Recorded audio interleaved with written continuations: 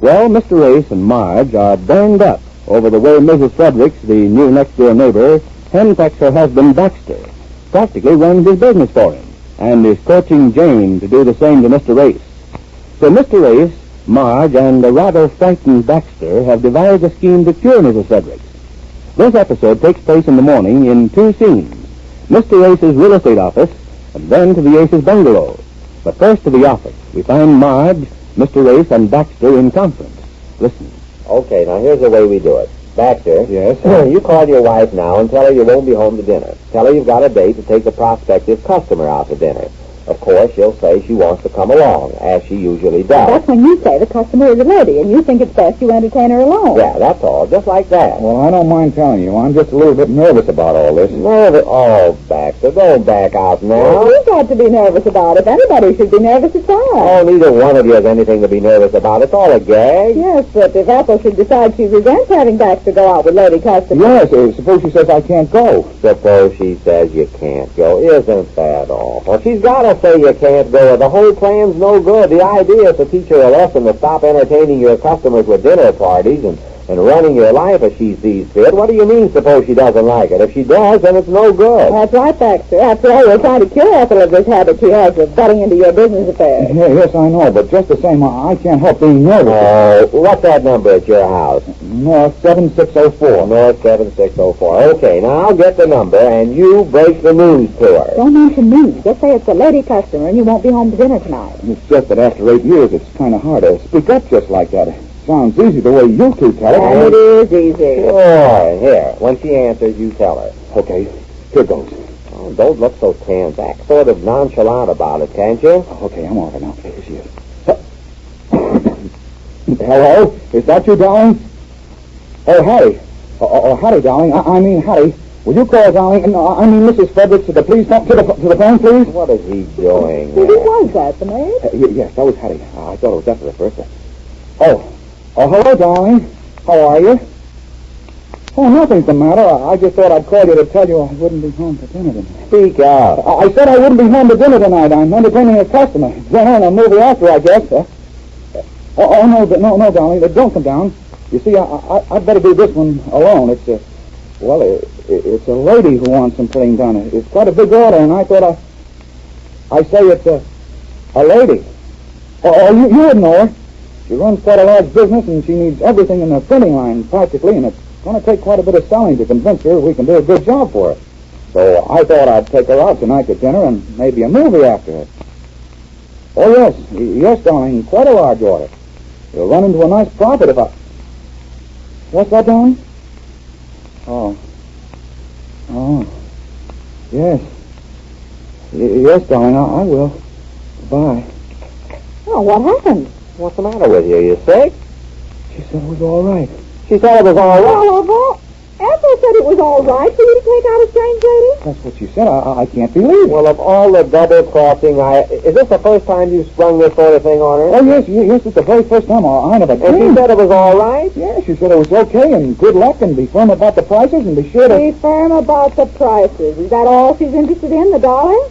Practically, I guess. Well, there goes our whole scheme. It's no good. Yes, that certainly was a waste of time. Oh, I don't know. I found out something. I mean, I never dreamed she'd say it was all right for me to... Whoa, what do you know? Okay, control yourself back. Oh, no, I almost wish I did have somebody to take to dinner tonight. Say, this was quite an idea. Yeah, this is no time to get brave. The thing won't work. Wait just a minute. Maybe it will. Well, how can it, Marge? If it's all right with Ethel, there's no point to it. But would there be a point if it went on several evenings in a row? Wouldn't that work?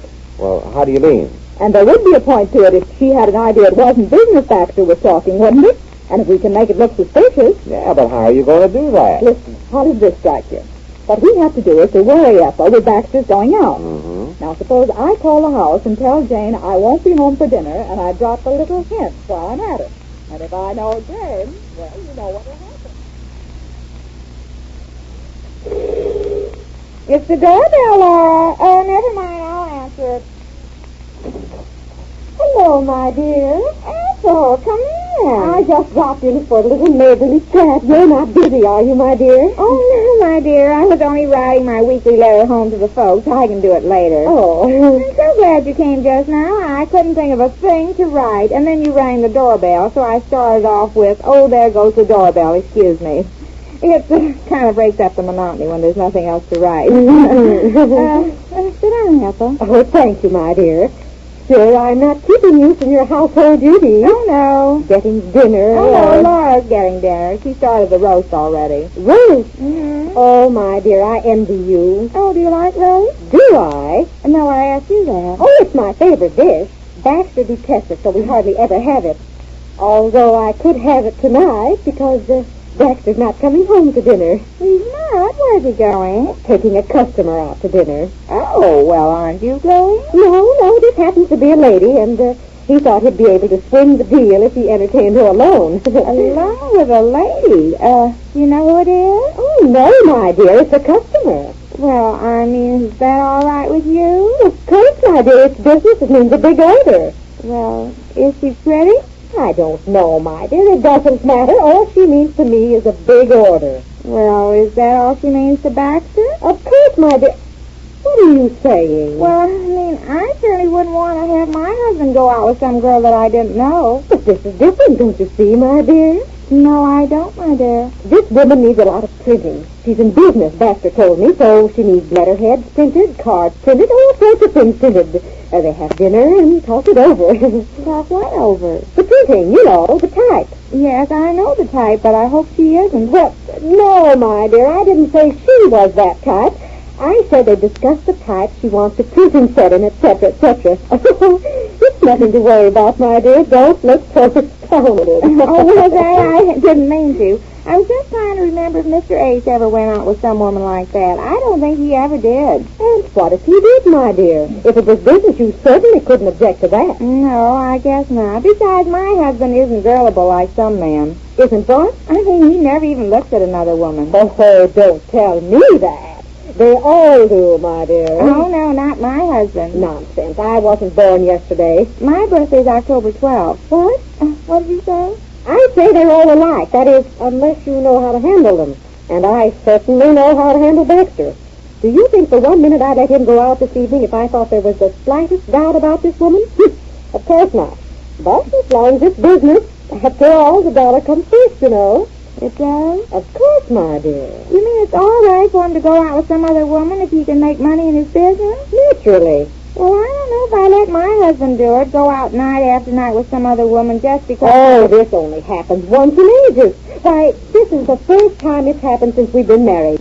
Every other time he's entertained customers, I've always been along. I help him put over his deals. You've seen how it works. Yes, it sure does. Of course. And it just happens that tonight it's a woman customer. I can see there's no need of my being along. In fact, it might even hurt the deal if I were there. So I just let them have dinner alone, and I hope he sells her $1,000 worth of printing. It's all for a good cause, my dear. Don't you see? I guess so. Oh, don't worry your little head about that. All right.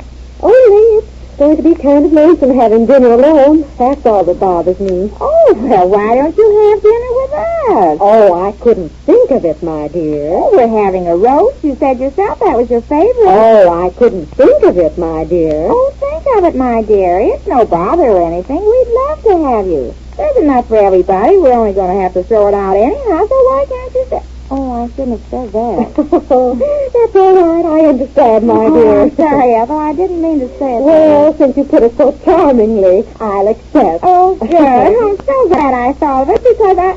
Oh, excuse me. There's the phone. Not at all, my dear. I wonder who this can be. Hello? Hello, is that you, Jane? Yes, who is this, please? It's Marge. Marge. Oh, I didn't recognize your voice. Hello, Marge. Hello, Jane.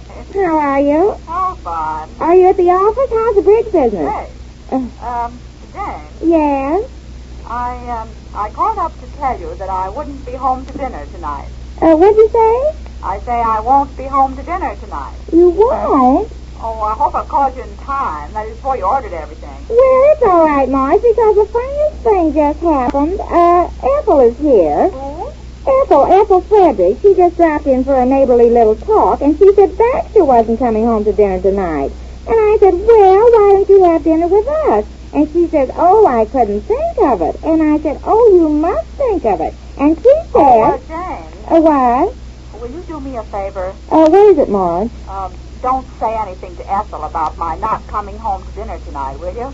Don't say anything. What do you mean? I wish you wouldn't tell her I'm not coming home to dinner.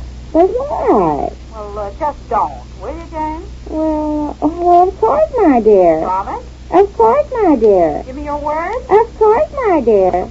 Goodbye, Jane. Goodbye, Marge. Well, I wonder why she says that. What is it, Jane? She said not to tell you she wouldn't be home for dinner tonight. Not to tell me? Yes, she said to give her my word of honor, but my word's no good on a thing like that. I wonder why she didn't want you to tell me. It's behind me. I can't understand it. Well, Marge's little scheme worked, and it's only a matter of time until Ethel and Jane start putting 2 and 2 together. We'll learn more about that when next we meet the Easy Aces.